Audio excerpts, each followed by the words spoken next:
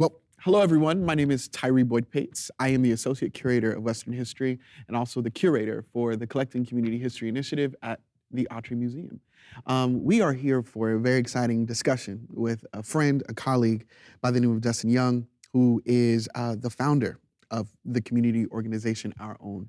And this conversation is going to surface all the great work that his organization is doing, particularly with Seed and Soil, agritech and nutrition initiative, and its larger relationships to access to food in Los Angeles.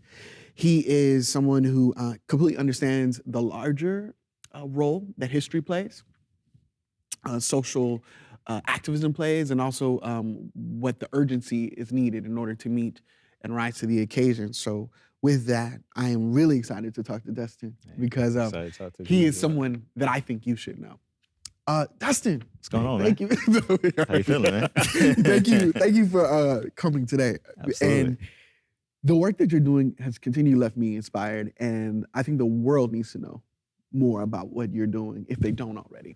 And as we talk about Our Own, Seed and Soil, I want the world to know a little bit more about you, the man behind the mission, the man behind the team, right? And my first question for you today is to tell us a little bit about your background growing up, and notably related to your work with Our Own and desiring to bring food equity to areas like South Los Angeles. Absolutely. So my background when it comes to like this Our Own and everything, how it came together, I have about 13, 14 years experience working in the behavioral health sector. So working in foster homes, bio homes, group homes, and even in schools. One thing that I saw a lot of was just like a lack of access to education, any wellness, any information that's out there we didn't have in our communities. So when I would go into these families' homes, I would provide as much information as possible and educate them and actually see the growth, but also understand you need to be consistent. So taking all that information and figuring out like, how do I make a bigger plan? But then also, Our Own was kind of founded on the principle you can't be what you can't see.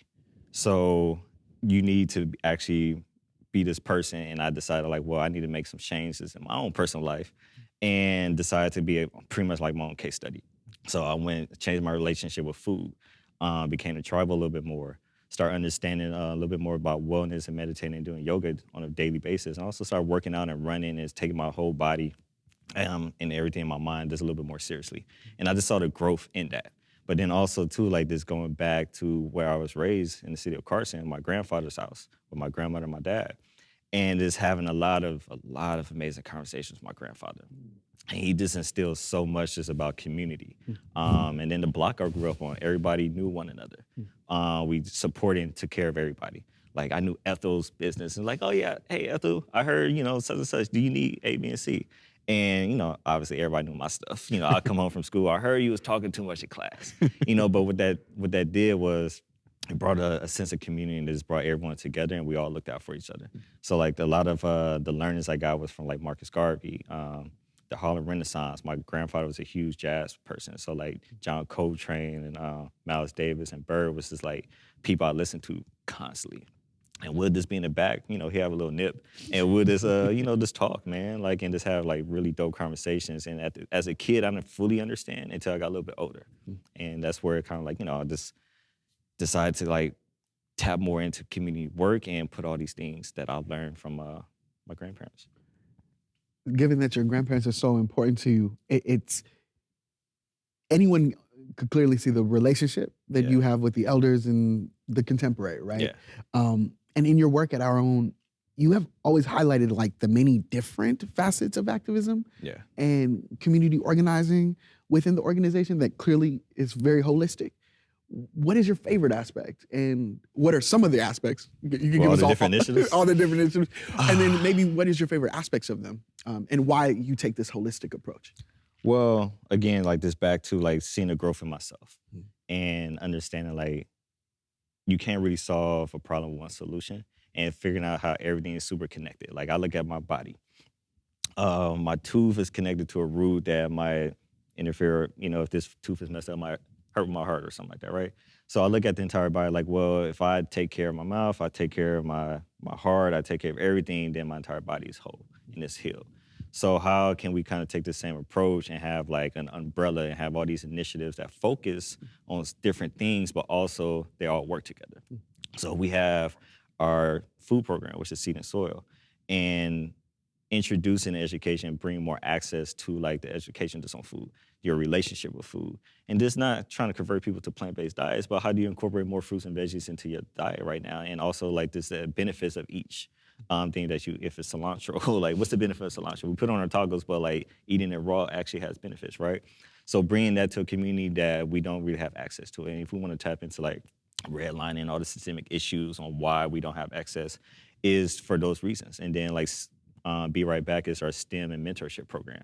So when we're providing mentorship, we're doing it in a way that's meeting the kids where they at, making it relatable, and then making it fun and cool. And then tapping into all these different aspects, but also bringing in the food program within it. Then we have self, which is like our wellness component. So we go into like cycling, running, yoga, meditation, have all these different activations within the schools as well as within the community on a large scale, but then we follow that up with consistent programming. Because one thing I learned when I'm working with my jobs is I won't see change with a child providing all these interventions for a year, but I have to show up every week, go do breath work and breathing. So when that kid gets triggered, they can refrain from their target behaviors when they implement these skills. So when you're going into a community that doesn't have access to none of these things or the education on it, you have to break through. And that breakthrough sometimes is, yo, let's go do yoga at SoFi on the football field. Right. And that is the breakthrough. And then now I'm more willing to like do this because it's like, this was actually cool. And it's like the representation is there. I would say my favorite will be the Seed and Soil program. That my relationship with food shifts my lifestyle. So my grandfather, he unfortunately transitioned to cancer, liver and lung cancer. And during the time where I first found out about it, because he didn't really tell the family, I knew, and it was this like secret between us because we had a real tight bond, was how can I keep him alive? And then I just started Google. And, I seen like, obviously Dr. Sebi popped up, and then I started going more into like deeper testimonies and finding all these other people who just like cure different diseases or illness with food or their relationship, or at least prolong like their death, right? So I try to bring this to my grandfather. He was like, man, I ain't got time for all that, but if it's something that is you believe in, go ahead and be consistent with it. And so once he transitioned, it was something that I just, made that promise, and I seen the difference in myself with gut health. So I used to get sick all the time, acid reflux, heartburns, like I had a lot of these issues. Once I changed my lifestyle around food, my relationship to it, I became a little clearer. I started seeing things differently. I'm able to have more energy. I'm just all around healthier. So like I would say with that, it allowed me to create more of the initiatives with our own. It allowed me to run 5Ks. It allowed me to travel and explore the world differently. So I would say my favorite initiative was like Seed and Soil for sure. Well, it's definitely our favorite one too. And it leads me to ask you a question that builds off of that. It's that given your role within the organization, it seems like you're doing a lot of reclaiming within that work. Like you're reclaiming wellness in a way in which it democratizes it for a community that may not feel like it's accessible. What role do you see our own playing in rewriting certain narratives, particularly about wellness, particularly about food equity, and that might influence like representation? Well, I think we're doing a good job at it now where how we're approaching it. So for example, our Seed and Soul program during the pandemic when it first hit, our program was already in place in like 2018. So I'll go back a little bit. When I first started Seed and Soul, me and my business partner, Lee, we bought this bus and converted it into a mobile market. So the goal was to how can we change, how do we make it accessible? How do we change the vibe and the look of it? So again, bringing all the energy and the vibes I got from my grandfather, I put into this bus. So it was a 45-foot transit bus, one of the ones you go to Vegas and turn around. Gutted that out, put hardwood floors in it, walls up, and then we also, I put a lounge in the back where I had a record player. And I would put some albums there so when you come on the shop, you could listen to some groove, right? So I would pop that up into Watts, different parts of Compton, Inglewood, South Central. And what I would see is the relationship to accessibility, but also just the vibe and what our people like. It's just the culture is still there, and took that same approach on experiential learning. And all right, how do we take experiential learning and implement that within every initiative that we have? So our approach now, even when the pandemic happened, like, well, we were still delivering food. Like the bus, obviously, it broke down because like the engine blew up on me. It was just Oh, a no. lot. It was a whole nother thing, but we were still delivering. Yeah. And when the pandemic happened, people couldn't get to these food banks. And when they did, the lines were so long that people were still, that access was created, but the people who still needed couldn't get there to get the food, right? So we created like a delivery system and made it a little bit more accessible. Like, okay, you fill out this form, go through these things. We were able to identify certain KPIs, and like now we're able to quantify our impact too. And we're delivering an experience to the home, so it doesn't come off as charitable. Like we had cards in there where here's recipe recommendations, here's all the ingredients in there, here's a QR code that takes you to someone of representation of Black or brown that's making the meal, what's in this bag. Wow. So now you have an experience versus like a charity. Here's some I don't know, celery and eggs and milk, and figure it out, right? Wow. Here's fruits and veggie, herbs, and tea blends that helps you get well during this time and keeps your immune system strong, but also makes you like, more aware, and now the access is there. So you just as a quick recap, Yeah. you made a mobile bus that went throughout the inner city in order to bring access to awareness, access. And then in the middle of a pandemic, when the bus happened to have broken down, you still continued the delivery system. And you made sure that of the recipes within each of the aspects of the delivery, it looked like the people who were going to eat them. Exactly. Brilliant. And we delivered over 70,000 meals during the pandemic. So like we had volunteers, luckily, man, because that was Shout out to volunteers. Right. Like we had about 50 volunteers that was like, yo, I need you to take 15 bags over to Compton and deliver it to like Aunt May and da-da-da-da. So like, we had our elders, we had our community, we had everybody that was a part, and it was like dope. What were some of the responses from the like, people who got the deliveries? It was a lot of tears. It was a lot of great conversations, though. Like, I remember going to, I won't say her name, but like going to this elder's house in Compton. And I would bring a bag and I would sit her like on her porch, and she would open the door, but it was still that gate. And she'd have her chair there. She's like, I've been waiting for you. You're like 20 minutes late today. You come every week with it, and we'll get engaged into like a long conversation. Wow. And those are the conversations I would like have with my grandfather. This about like, back in my day and da-da-da. And this is kind of like what the Panthers was doing. And I love it. And it was just so much like this, those are things that keep you going. Because, you wake up and you quit every day. Like, man, this stuff is hard. You quit every day, but you also still just need that inspiration, that motivation. And like those stories, those testimonies that we received were great. Wow. Yeah. 7,000 bags. 70,000. 70,000. 70, yeah. Emphasis on the 70,000 bags. Yeah. 7,000 meals. 7,000 meals. 70,000 meals throughout the pandemic. I don't know how many bags that broke down to, but yeah. Incredible. Yeah.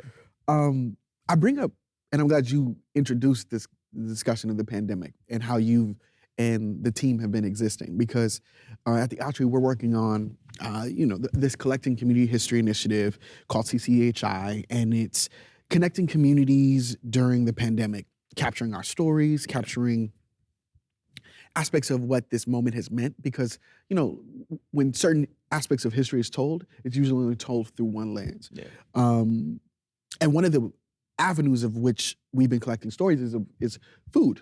It's recipes. It's been generational recipes that have been passed down over and over and over, and that people have submitted into this digital archive. During the pandemic, you were really busy, like with all of these 70,000 bags. Can you share with us what you think the future is after everything in this moment of this pandemic clears up, in a way that like how seed and soil will persist, even in Absolutely. Yeah. So food accessibility, like within food insecure communities, is like one thing. And I always say like you can't just drop a Whole Foods in the hood, because say that again. You just can't drop a Whole Foods in the hood, because you might think on the surface level this solves a problem. But the community members, again, the education is not there on what the food that Whole Foods possess, right? So you still need to provide the education and benefits of the things that's there, so they can actually create a sustainable lifestyle within this new resource that's here. Right. I think that's one component is how do we educate, but also how do we make it accessible, but also how do we make it sustainable? And when it comes to seed and soil, like yes, the delivery program and all that stuff works, but now we're tapping into more agri-tech and using technology in a way that it's making food a little bit more accessible, more reachable, and also there's something that just makes a little more sense. I can't go too deeper into the idea and the concept right now, but like we're working behind the scenes on solving the issue to creating communities because again, it's not like the world is overpopulated. Cities are becoming overpopulated. And within these cities, we're losing more and more land and more people are living within these cities to where there's no access to community gardens as much anymore because those are getting taken down and apartments are going up, right? So how do we identify ways to where certain communities that are still present have access to food, but also have access to healthier food because again, our soil is contaminated. Food that's being grown is pesticides and herbicides that are being used on it. We're not getting all the nutrients that we need from our foods anymore because like some stuff is coming from overseas and it's getting picked before it's too ripe. It's just so many different things, right? So how do we create a way that works in our community where growing is different? Growing your food is different. Technology with this is different and this access is different. And I think my partner Lee and I have identified a way that makes sense. And we're gonna pursue with that for sure. And definitely like still incorporating like our kids that are Gen Zers, how we're using the technology to get their hands in the dirt in a different way now. Like what does that look like? Because getting in the dirt still works. So we still gonna have our community gardens and they might be like raised beds or whatever, but like how do we still get in the dirt, but also have different urban farming? And what does that look like in tomorrow's time? So So you're almost saying like you're gonna use tech to get people's hands dirty. Yes. It's gonna be the new soil. It's the new soil. Tech is the new soil. Yeah. I love it. Yeah. I love it. Well, you know, one of the aspects that we've been covering for the Collecting Community History Initiative was the larger protests that happened, you know, out of the Black Lives Matter movement, considering the deaths of Ahmaud Arbery, George Floyd, Breonna Taylor, and so many others. Which leads me to ask you, like, what that reckoning has meant from your vantage point, what it's meant not only socially, but what has it meant for regarding racial justice in food equity, right? Because from a community vantage point, there's a particular impact. And I don't think a lot of people beyond June sat down long enough in order to hear what that reckoning was like. And I'm curious to hear from our own what that reckoning was like for you all as you've navigated the pandemic. It's unfortunate, like during 2020, we've seen like, obviously like the multiple murders that occurred. And the attention that we got from it, unfortunately, is due to the pandemic, right? We was more still, we was at home. We're now seeing things that has always been an issue. But now we're seeing the disparities. We're paying a little bit more attention to it, right? The frustrating part also when it comes like to the food insecurities or food insecure communities were we didn't know these things exist, these problems exist until the pandemic happened, right? And we have always been like preaching and having like, yo, how can we have more grocery stores? How can we have healthier food options? How can we have all these things within our community? And it's just been unfortunate. And I would say from our own perspective, to be completely frank, bro, like I hear the world. I hear the things that certain like political figures talk about. But again, this is talk. For us, we're solution-based and we like to just like act. And sometimes I don't really pay attention, to be honest with you, because we know what the problems are, bro. Like we know why we're dying. We know why not getting food in our communities. We know these answers. What are the solutions? We know them. We're just not acting on them. So like when it comes to our own, like we spend most of our time on the action component. Like we understand the problem, we create the solution, then we identify the impact, and then we move on and rinse and repeat. And just keep doing that, bro. Like it's just, Talk to us a little bit about why you named the organization Our Own. I think we have to know why. What does Our Own mean? Our Own is essentially my FUBU. As far as bias, that's what's implied. But it's for everybody. Like, you know, in Sinka where FUBU clothes, whatever, but we know the true meaning behind it, right? So our own, essentially like the beginning of it, where it came from the conversations with my grandfather. We talked about Marcus Garvey a lot and everything he did from New York and spread the message throughout the country and in Africa without social media or any of these things, and how he was able to build his own newspaper system, by his own ship, have his own flow of this so much. And then fast forward, you see that same model with the Black Panther Party. And my grandfather just talked about that a lot. It's like, man, we could sit back and wait. We could ask for money, we could ask for these things, or we could kind of just come together collectively and build our own. And he will always say these things.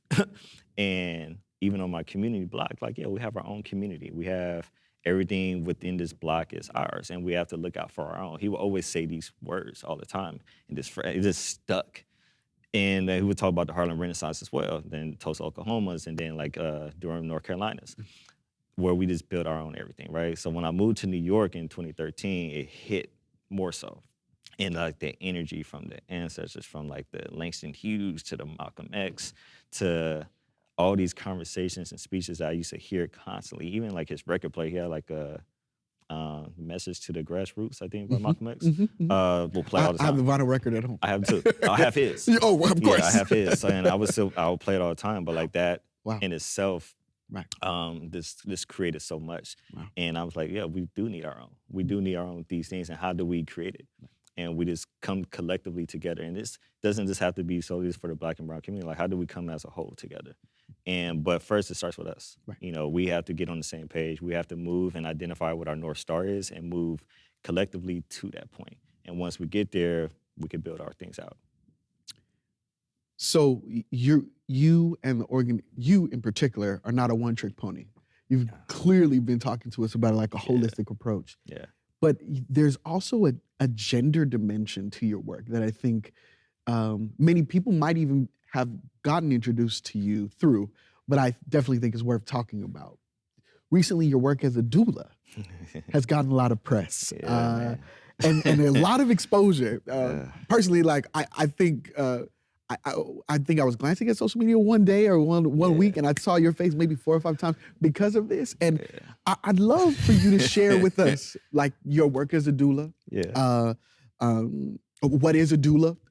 And can you talk to us about how that work coincides with our own? Yeah. So first, like, a doula is a support person, someone who comes in and supports physically, mentally, emotionally, during the entire birth experience for the expectant mother, and to provide as much confidence in her as possible, to advocate for herself when we're not present, if she goes to the hospital or whatever, and speak with her physicians.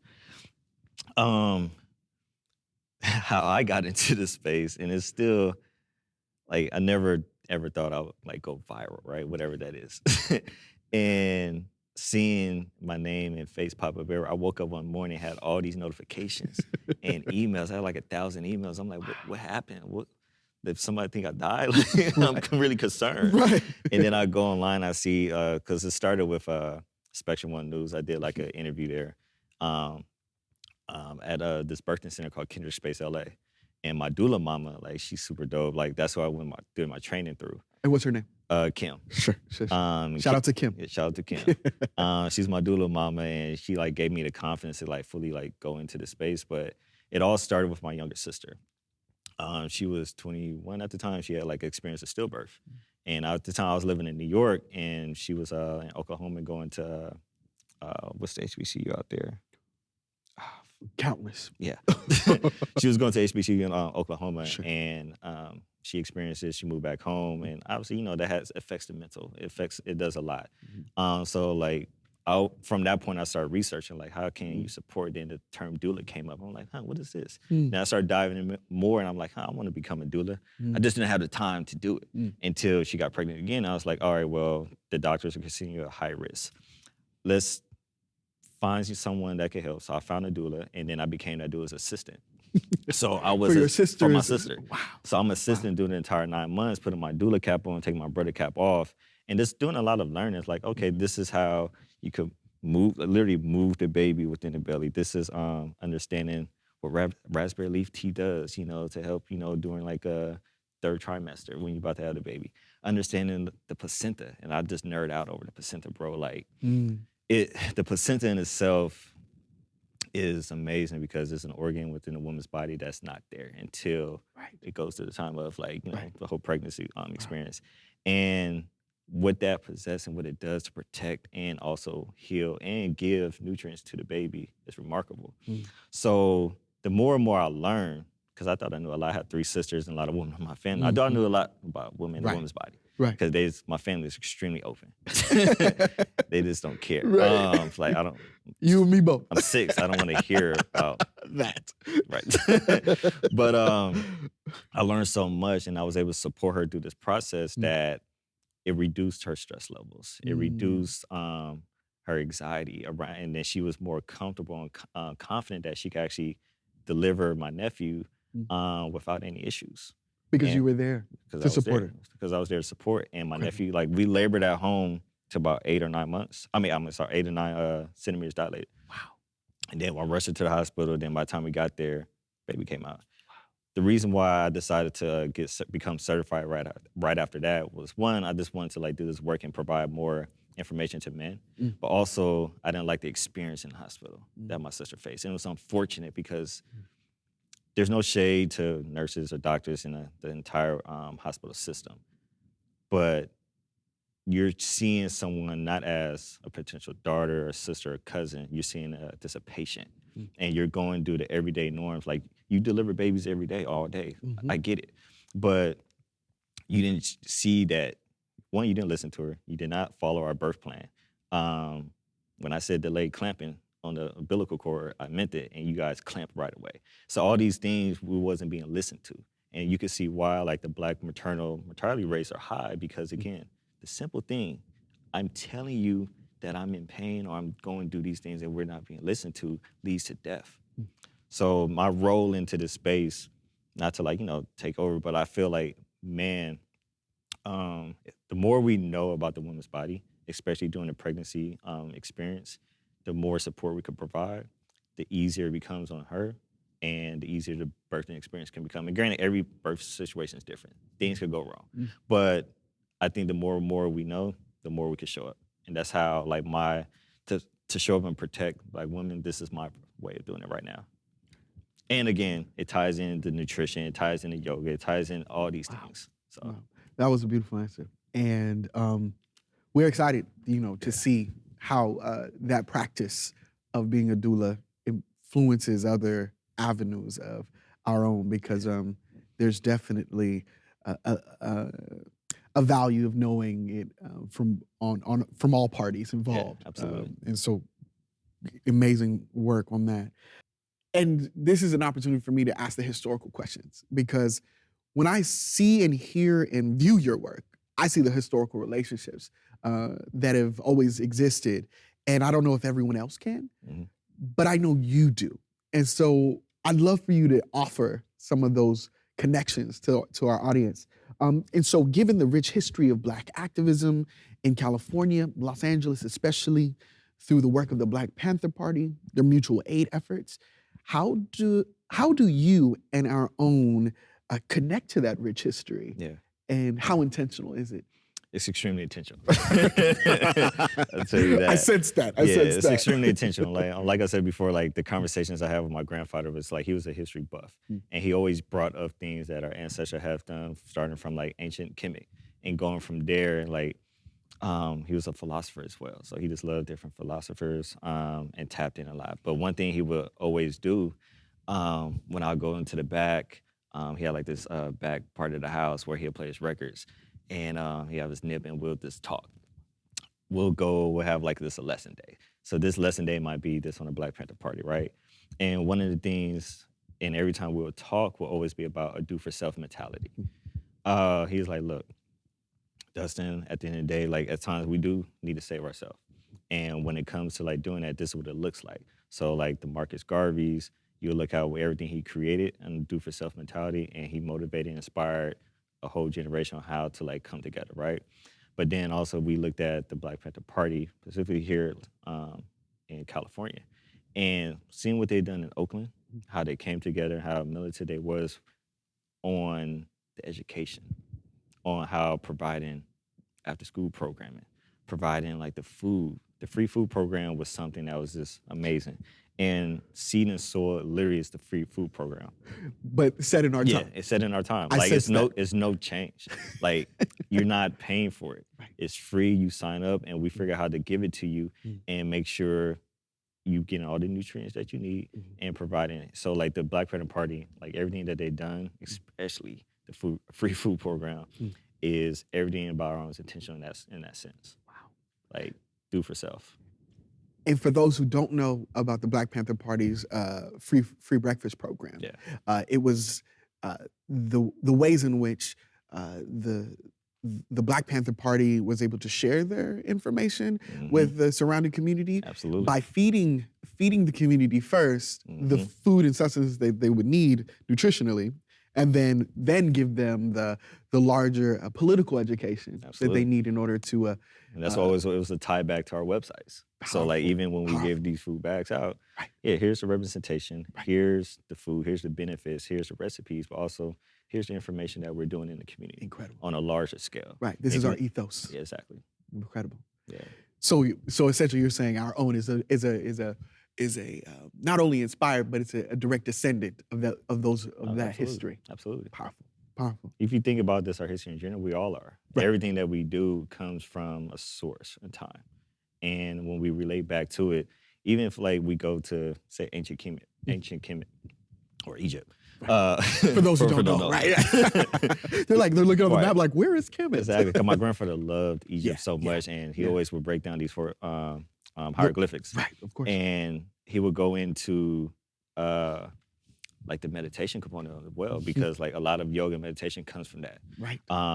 Like religion, all these things will come from this point in time. Right. But then when I started getting into like maternal health, and you start looking on what midwifery looked like back in the day, right. There's also men a part of this process. I would say now we just lost our way, but like man and woman were always together in this process and supported.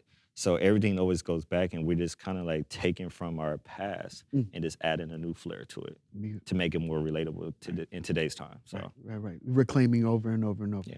Amazing. Yeah. Which allows me to ask you some more questions about the food equity in South Los Angeles. And, I'm a historian, so I always got to come with the stats, right, in order to substantiate us. And I learned that in South LA in particular, 1 in 3 census tracts, or like areas in a neighborhood, face double the burden of being food deserts and food assistance deserts.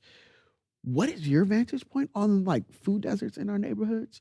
And how does our own fashion the Seed and Soil Initiative to attack like that disparity? Because, with no, essentially it's saying like, if there are no grocery stores around, what are we eating instead? Quality food. And again, that goes back to like the systemic issues that are in place that on a larger scale, it's so much more to tackle. You have to obviously get into politics and break it down to where like, becomes a lot. And this is like not to belittle the work that we do or to make us small, but we're still considered a grassroots organization. Someone that's, we don't have like the large capital to do and to take over all the food deserts in LA and just show. But what we're doing right now is showing a way.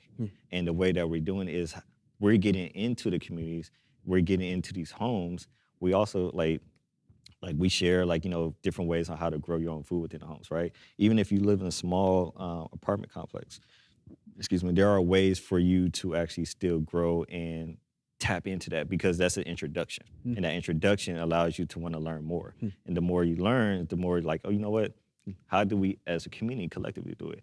And again, like back to like I was saying before, like the ways that we're tackling it, I can't fully speak on it right now, but like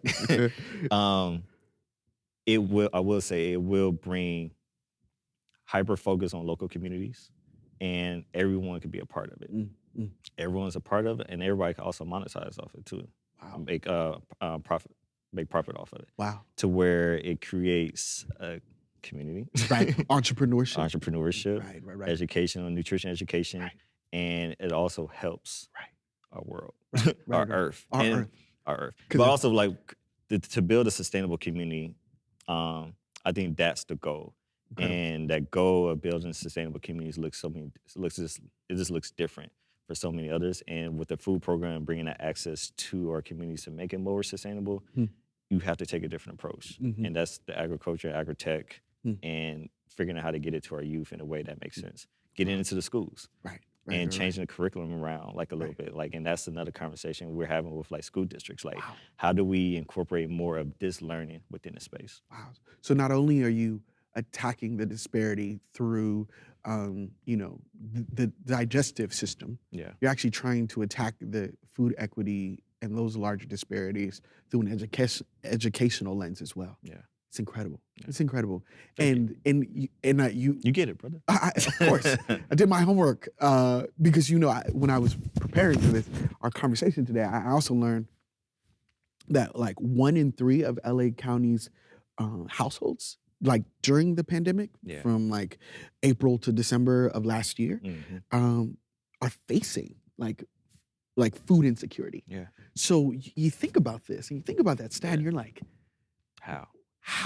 And why is this allowable? Yeah. But it also seems to be more acute during like moments of like a pandemic, where the like you were mentioning earlier, like these communities and families and homes are barely surviving as is. And then when you add a layer of an entire pandemic, it adds the urgency. And then on a larger scale, when it comes to politics or people that are in charge, the power players, right? Sure. Do they really care? Right.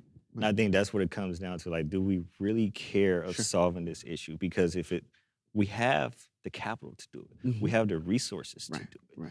But are we doing it? Like, nah, let's just do the little small things. Like, let's create like, a couple of situations in food distribution sites, and like we'll say like, oh, we're doing something great. Sure. Like, now, are we really getting into the homes and changing the mindset? Incredible. You have to shift the perspective a little bit, and we're not. We're putting Band-Aids on problems, and I think that's the issue. Like, we're not healing. Right. We're just putting a Band-Aid like, oh, here's this, and it's a one-off. We're not following a consistent program. Again, that's when it goes back, like our own, like what Lee and I talk about all the time is whatever we do, if it's a one-off, we have to follow a consistent program. Right. And if you're not consistent, you're not gonna see growth or change. Right. Like, you go through therapy constantly to heal from trauma. Right. You can't just go one day and just think like you're good, bro. I'm good. Like, nah, like you Clear have skies. to be consistent. And I think the people that are in charge, the power players, they don't understand. I won't say they don't understand. I don't know if they fully grasp the urgency. Yeah. And this is why our own and the work that you and Lee are doing is are effective models, because I think what you are bringing to the fore, especially when it comes to South Los Angeles, is an actual adaptable model for them to incorporate with all of their resources. Which leads me to come to the fourth quarter of our conversation, that like, as I look at our own, my question to you is, how can we all do our part? Like what's a proper next step to follow this exact model of like rinse and repeat when it comes to food equity? Just join the brand, man. Join the brand. No. Join the team. Join the team. Just join the team, man. Yeah. Share with us. Yeah. What's that vision? Honestly, I think, again, it's identifying the North Star. The North Star is to build a sustainable community within inner cities, right? Where we all have access to wellness, resources, and tools that allows us to thrive. It's building a system. We need systems in our communities. I don't need to be a leader. Right? I think in today's time, and this is one of the conversations that I used to have with my grandfather, is about the leaders from the past. When one leader is taken out, it slows and it stops, or slows down the mission. I think everyone individually can identify what their North Star is, be a leader in their own right. And as long as we're moving collectively towards that, we can build something that makes sense.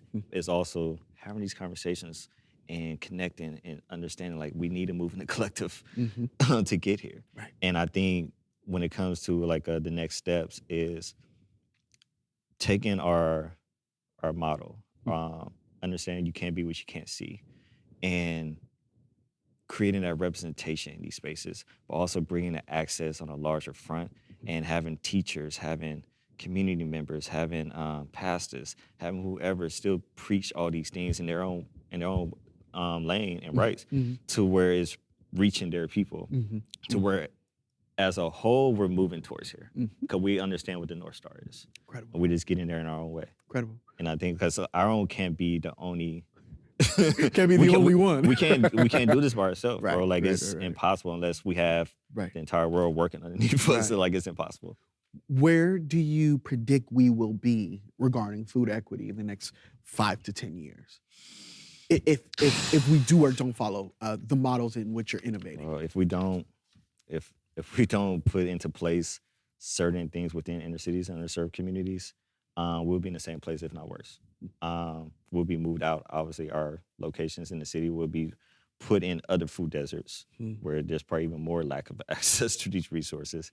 But if we do implement these things slowly and educate our kids to where they have the mindset at an early age to be the next generation to create change, I think our communities will grow. They will become more sustainable. And we will have access to these resources that's needed to thrive as a community and also become, just thrive as a community.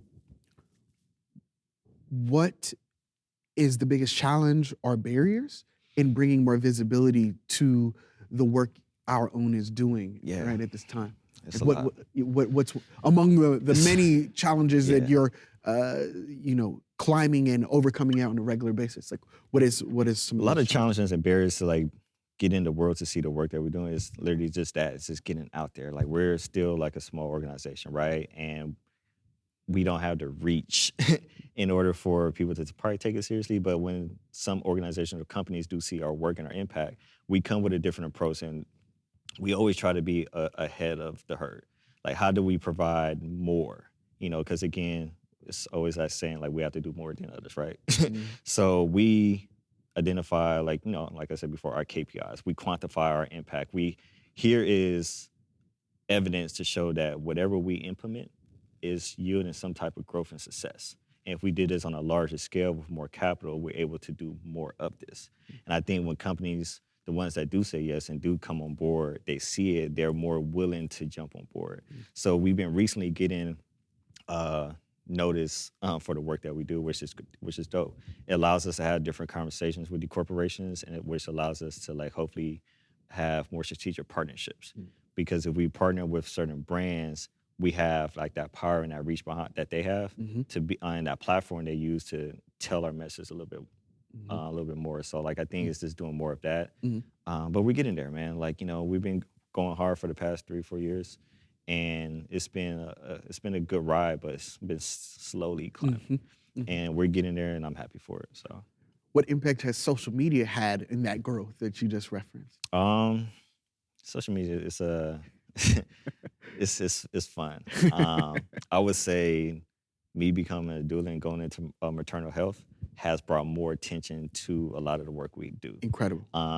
Maternal health is just one aspect and one component of the work as a whole that we do, but it did bring a lot of light. So like being on Good Morning America, being on like Spectrum News and having these conversations, even Blavity, like being a part of these large platforms have brought like, oh, Black man, maternal health, doula, cool.